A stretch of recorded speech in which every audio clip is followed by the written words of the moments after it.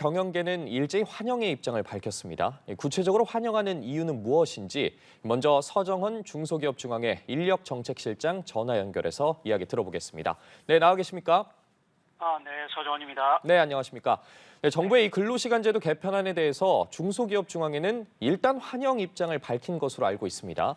이 개편안 내용 중에서 어떤 내용에 대해서 특히 환영의 입장을 갖고 계시는지 좀 설명해 주시죠. 네, 현재의 획일적이고 형식적인 주 5시간 제도는 극심한 인력난으로 어려움을 겪고 있는 중소기업 사업주에게는 안타깝게도 범법자가 되는 것에 대한 두려움을 안고 기업을 경영할 수밖에 없는 것이 현실입니다.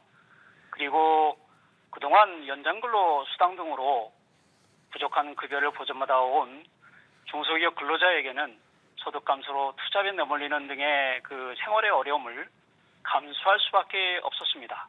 다행히 근본 정부의 개편안으로 연장 근로 단위기간 선택지가 넓어지면서 업종 특성과 또 현장 상황에 맞는 근로시간 활용이 가능해져서 납기 순수화, 구인난 등의 경영애로가 상당 부분 해소될 것으로 기대되고 있습니다. 그리고 중소기업 근로자에게는 연장 근로를 통해서 투잡 생활 등의 어려움에서 다소 해방될 것으로 기대되고 있기 때문입니다.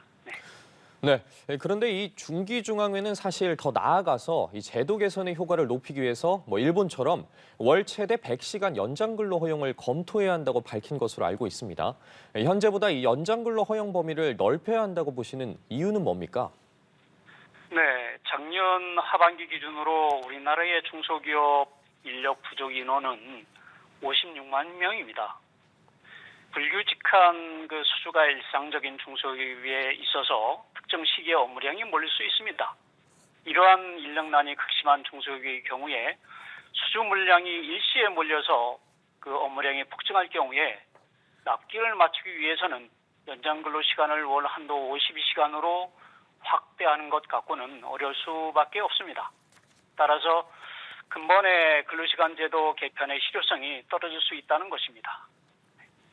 네, 그런데 사실 이 특정 주에 너무 과로하게 되는 건 아니냐는 우려와 함께 이 집중 근무 후에 이 장기 휴가가 현실적으로 가능할 것이냐에 대한 우려도 나오고 있습니다. 이에 대해서는 어떤 입장이십니까?